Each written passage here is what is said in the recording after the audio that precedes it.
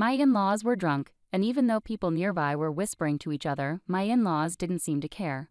They kept shouting at me, saying, "Well, I guess it's too late since you're already married, but if you want to be part of this family, you need to show us you have enough money." Then they added, "Yes, your dad is right, so make sure to give us $1,000 a month as a new bonus." Their words shocked me. I couldn't believe they would say such things at a wedding reception. I just stared at them, my face turning pale. My dad took the microphone away from them and said firmly, "Enough is enough. Don't you realize you're embarrassing yourselves? My name is Linda. I'm 30 years old and work in an office. I'm dating Larry, who's 32, 2 years older than me. We met through a friend who was worried about me being single, so she introduced us. After dating for a year, Larry proposed, and now we're getting ready to get married soon. I lost my mom when I was very young, and my dad raised me all by himself. He worked really hard to make sure I had everything I needed. Losing my mom, who I loved so much, hurt me deeply. Because of that loss, I was careful with my feelings. That's why I hadn't really dated anyone since school. I even thought it might be okay to stay single forever. Then I met Larry. At first, I didn't have romantic feelings for him, even though he asked me out many times. Larry was always caring and a true gentleman. Gradually, I started to open up to him, and we began dating. He continued to be kind and attentive, and I felt really happy with him. He became so important to me that I started to imagine a future together. When he proposed, we decided to get married. Larry understood me completely and was always supportive. "Don't worry if you're uncertain about something. I'll be here for you until you feel better. I love you, Linda. You can always rely on me," he would say. His words touched me deeply. He promised to make me happy forever. Just being around him made me feel warm inside. If he cared so much for me, I knew I wanted to do the same for him. When I told my dad we were getting married, he was so happy he cried. "Wow, Linda, you're finally tying the knot. I'm over the moon for you," he said. "Oh, Dad, you're being so dramatic," I teased. "I never heard you talk like that before. I used to worry you might never settle down," he admitted. "Really? I had no idea you were concerned about that," I said. "Well, every dad worries about his daughter, you know. Anyway, congratulations," he said warmly. "Thanks, Dad," I replied. It meant the world to me to have his congratulations, especially since he raised me on his own. I could already imagine us both tearing up at the wedding, especially after seeing him so emotional now. With that, Larry and I began preparing for our wedding. Juggling our jobs kept us incredibly busy. Weekdays were filled with work, and weekends were all about wedding planning. We hardly had any downtime, our schedules packed to the brim. On a rare day off, we were scheduled to visit Larry's parents' house. It would be my first meeting with them. After Larry proposed, he had already met my father. Initially, I had planned to visit his parents soon after, but due to our busy schedules, it took some time to coordinate. As we pulled up to his parents' house, I started to feel nervous. "Don't worry, my parents are really kind," Larry reassured me. His words helped calm my nerves a bit as I reached out and rang the doorbell. It was his mother who answered. "Mom, I'm home," Larry announced. "Welcome home, Larry. It's so nice of you to come," his mother greeted warmly. As they exchanged words, I greeted her politely. "Nice to meet you. I'm Linda, Larry's fiancée," I introduced myself. "I see, so you're Linda," she responded, her tone noticeably colder than with Larry. Her smile faded as she gave me a scrutinizing look. She then led us to the living room where her distant demeanor persisted. "Linda, I'm curious about what you bring to the table. Larry is our treasure, our only child. If you're going to marry him, you must be suitable. Are you worthy of him?"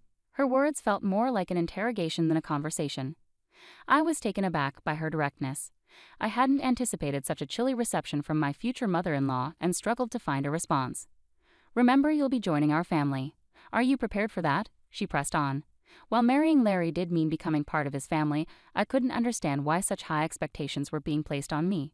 It's not like Larry's family was some prominent or influential dynasty. Moreover, I wouldn't even be living with them.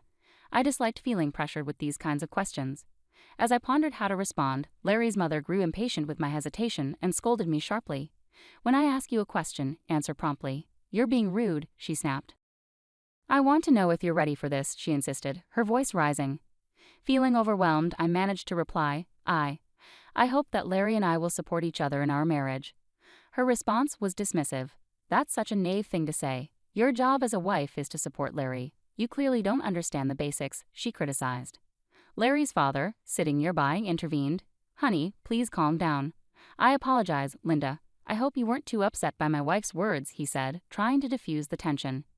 "It's okay," I replied, trying to maintain composure. I figured Larry's mother was just protective of her only son and might have spoken hastily.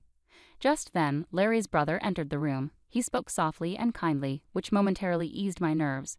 But any relief was short-lived. With a smile on his face, he said something unexpected.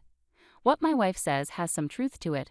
What concerns me is that you come from a single-parent family," Larry's father stated. Confused and taken aback, I asked, "What do you mean by that?" "Well, being raised by just one parent doesn't have a good public image. We can't exactly be thrilled about someone from such a background becoming our son's wife, can we?" he elaborated. "Wait a minute," I interjected, unable to ignore his comment. "What's wrong with being raised by a single parent? My father worked incredibly hard to raise me alone. I'm grateful for my upbringing and proud of my father. Growing up with one parent doesn't diminish my worth." They continued to argue. "Because you were raised without a parent, you may not have learned how to be a good wife, manage household chores, and so on." "I helped my father a lot with household chores," I replied firmly. "I can also cook pretty well, so please don't say that," I insisted. Despite my response, Larry's parents ignored me and went on to say, "We'll allow you to marry Larry, but in return you must promise to prioritize us because we are Larry's parents. Can you promise us that?" "What?" I was shocked by their demand. "Since you're here asking for our permission to marry our son, you must understand your responsibilities, right?" Larry's parents continued without giving me a chance to say more. Feeling sidelined by their dominating conversation, I reflected on the evening and decided to discuss my feelings with Larry. "Hey Larry, do your parents always talk to people like that?" I asked him later. "What's wrong with how they talk?" Larry seemed unconcerned. I was surprised that Larry didn't see any issue with how his parents had spoken to me. "I mean the way your parents talked to me and what they said." "Oh really? They were just discussing whether you're ready for marriage," Larry replied. "I understand they're concerned, but I felt like their comments were a bit too much," I explained. "Really? What do you think they said wrong?" "They'd given us their blessing, so let's not dwell on it," Larry assured me. "Yeah, you're right," I conceded, but I couldn't shake the unease that Larry seemed to side more with his parents than with me.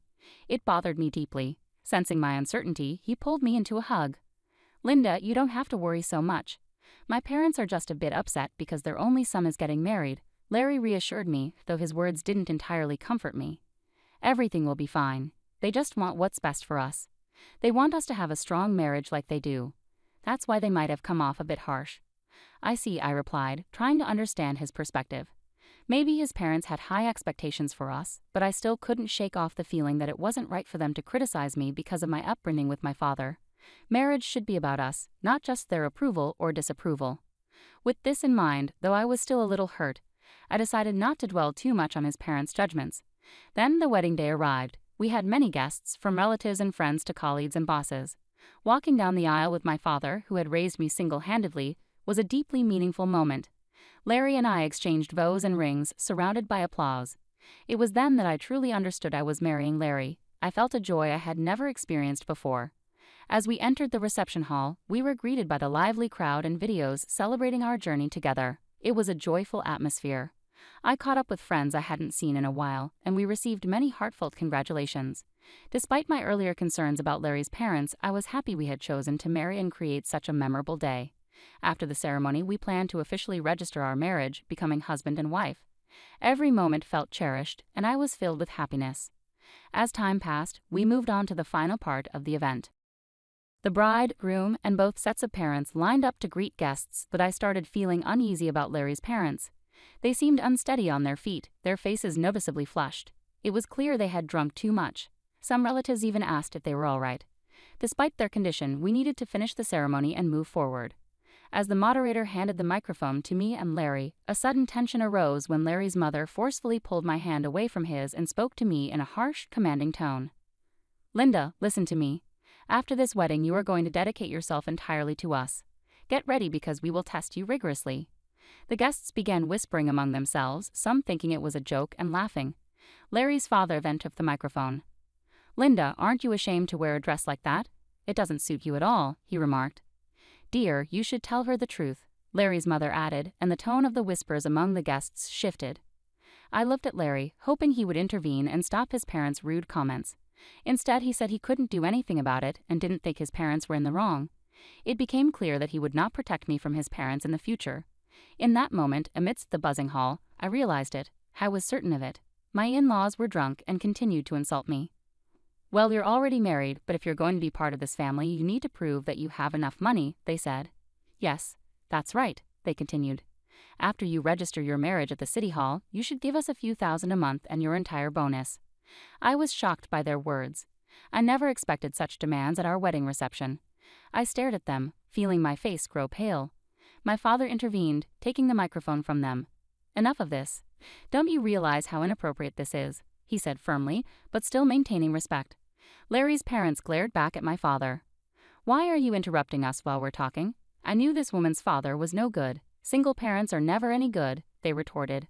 I was furious at their insult toward my father. My father, staying calm, responded, "You're even worse than I thought. You refuse to meet me just because I'm a single father. I never expected such behavior from people associated with President Scott. I assumed his employees would be more decent." This seemed to catch my father-in-law off guard. How do you know President Scott?" he asked, his expression turning serious. "He's a business partner of my company and, more importantly, an old friend of mine," my father clarified. "And on the topic of single parents, President Scott himself was raised by his mother alone. So your comments have inadvertently insulted the president of the company you work for." As my in-laws' faces fell upon hearing my father's words, it dawned on them the seriousness of their blunder. "I apologize, sir. Please don't mention this to the president," my father-in-law pleaded, suddenly dropping to his knees. Just moments earlier he had been assertive, but now he seemed defeated. Laughter erupted among the guests, some even recording the scene on their phones. "Apologies can't undo what's been said," my dad responded firmly. He came over to me and asked if I wanted to leave with him. I nodded, taking the microphone from Larry's hand. "Thank you all for the entertainment, but there will be no wedding," I announced firmly to Larry, his parents, and everyone present at the reception. "I will ensure that the money given for this occasion is returned." With those words, I left the hall with my father. I glimpsed Larry and his parents looking dismayed, and soon their relatives rushed over, wearing concerned expressions. The atmosphere must have been chaotic. As I returned the money and apologized to the guests, they expressed sympathy and praised both me and my father for our stance against such unacceptable behavior. They commended us for not allowing ourselves to be taken advantage of by such individuals. Later, word spread among Larry's colleagues who had attended the reception, tarnishing his reputation due to his parents' unreasonable actions. He faced criticism for not standing up to them, and the embarrassment was so profound that he chose to resign from his position. As a result of the incident, the president of my father-in-law's company learned about what had transpired. Larry's father faced consequences. He was demoted and relocated to a less significant division in a remote countryside office. I heard that Larry's family faced ostracism from their relatives due to the fallout from the wedding. It's regrettable, but ultimately their actions led to these outcomes, and sometimes such consequences are unavoidable. In the meantime, I've been using this opportunity to strengthen my relationship with my dad. We've been spending more quality time together, and it's helped me appreciate all he's done for me even more. One day, he sat me down for a serious talk. "Linda, have you ever thought about taking over the business?" he asked, his expression a mix of hope and seriousness. "Are you suggesting?" I began, feeling a bit uncertain about where he was leading. "Why don't you work towards becoming the president of my company?" he proposed. It was a significant proposition, and he seemed to believe I was ready for the challenge. "I'll do my best," I promised him, feeling a mix of excitement and nervousness. I made a decision to prioritize advancing my career at my dad's company rather than getting involved in romantic relationships for now. My goal is to prove to myself and to my dad that I can excel and perhaps one day become a great leader like him. Currently, I am fully immersed in learning everything I can at the company. The work is challenging yet fulfilling, and I'm determined to seize every opportunity. Reflecting on the chaos of the wedding, it's clear that Larry's parents were unreasonable, turning what should have been a beautiful event into a spectacle. Thankfully, since the marriage wasn't legally finalized, I avoided a potentially costly mistake. Now, without marital ties or looming in-law issues, I can focus entirely on pursuing my career ambitions. It's a relief to have found a clear path forward from such a tumultuous situation. I'm optimistic about the future and excited about the possibility of leading the company. I wish myself all the best and hope that those who hear this story can find something meaningful in it. Thank you for following along until the end. If you enjoyed this story, please consider subscribing, and I look forward to sharing more with you in the future.